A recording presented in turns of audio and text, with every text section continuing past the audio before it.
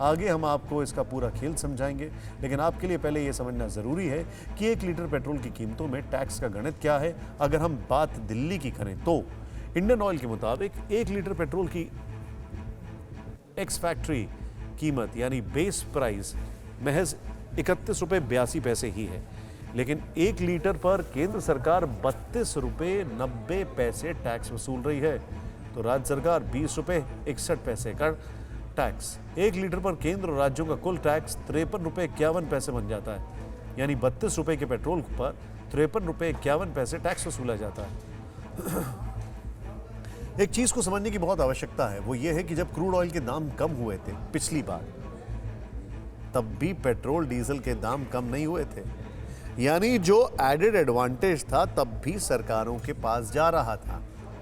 अब भले ही वो कितना भी तर्क देते रहें कि इस पैसे से हम जनता का ही तो भला कर रहे हैं, आपके लिए ही तो चीजें ला रहे हैं, इंफ्रास्ट्रक्चर में पैसा लगा रहे हैं, लेकिन क्या इसी मुद्दे पर आपने सरकार नहीं बनाई थी?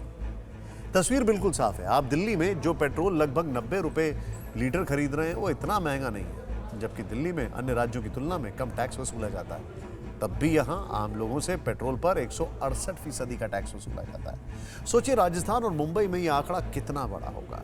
दरअसल देश में पेट्रोल और डीजल के जरिए केंद्र और तमाम राज्य सरकारें अपना खजाना भरने का काम करती हैं, लेकिन जनता की कमाई पर डाका पड़ जाता है। अगर पेट्रोल और डीजल को जीएसटी के दायरे में लाया जाए तो आम लोगों को बड़ी राहत मिलेगी। कैसे, देखिए इस रिपोर्ट में।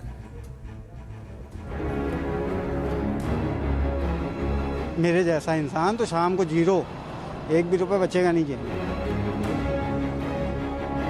सुबह उठते हैं पेट्रोल का रेट बढ़ जाता है, डीजल का रेट बढ़ जाता है। आजकल सोचना पड़ता है कि गाड़ी चढ़े या ढुराते हुए घर के ले जाए। मुझे ये लग रहा है कि मुझे तो अभी साइकिल खरीदनी पड़ेगी ये बेचकर।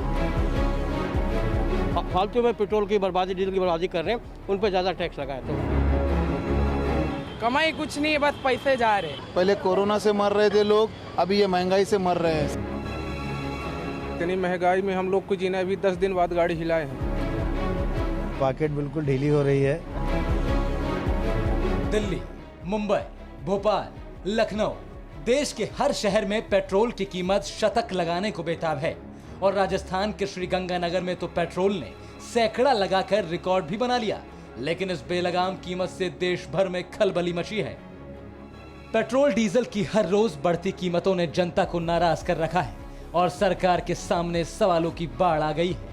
ऐसे में आम लोग भी सवाल पूछ रहे हैं कि क्या बढ़ती कीमतों को रोकने का कोई तरीका नहीं? सरकार को अभी तक कोई रास्ता नहीं सूझ रहा, लेकिन इकोनॉमी के जानकार मानते हैं कि अगर पेट्रोल और डीजल को जीएसटी के दायरे में लाया जाए तो कीमतें कम हो सकती हैं।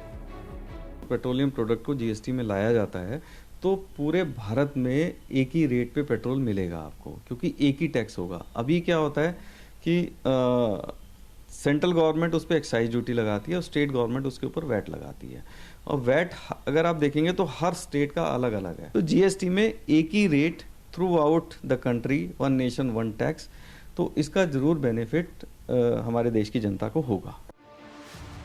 अगर पेट्रोल डीजल को जीएसटी के दायरे में लाया जाता है तो आम लोगों को खास और बड़ी राहत मिल सकती है। कैसे, इसे आप आसान और सरल भाषा में समझ सकते हैं।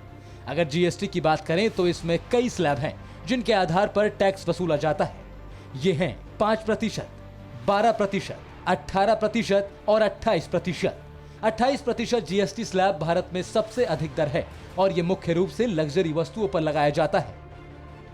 हालांकि पेट्रोल लग्जरी वस्तुओं की लिस्ट में नहीं आता, बावजूद इसके अगर पेट्रोल की कीमतों पर सबसे बड़ा जीएसटी स्लैब यानी 28% लगाया जाए तो भी पेट्रोल की कीमतें काफी कम हो जाएंगी।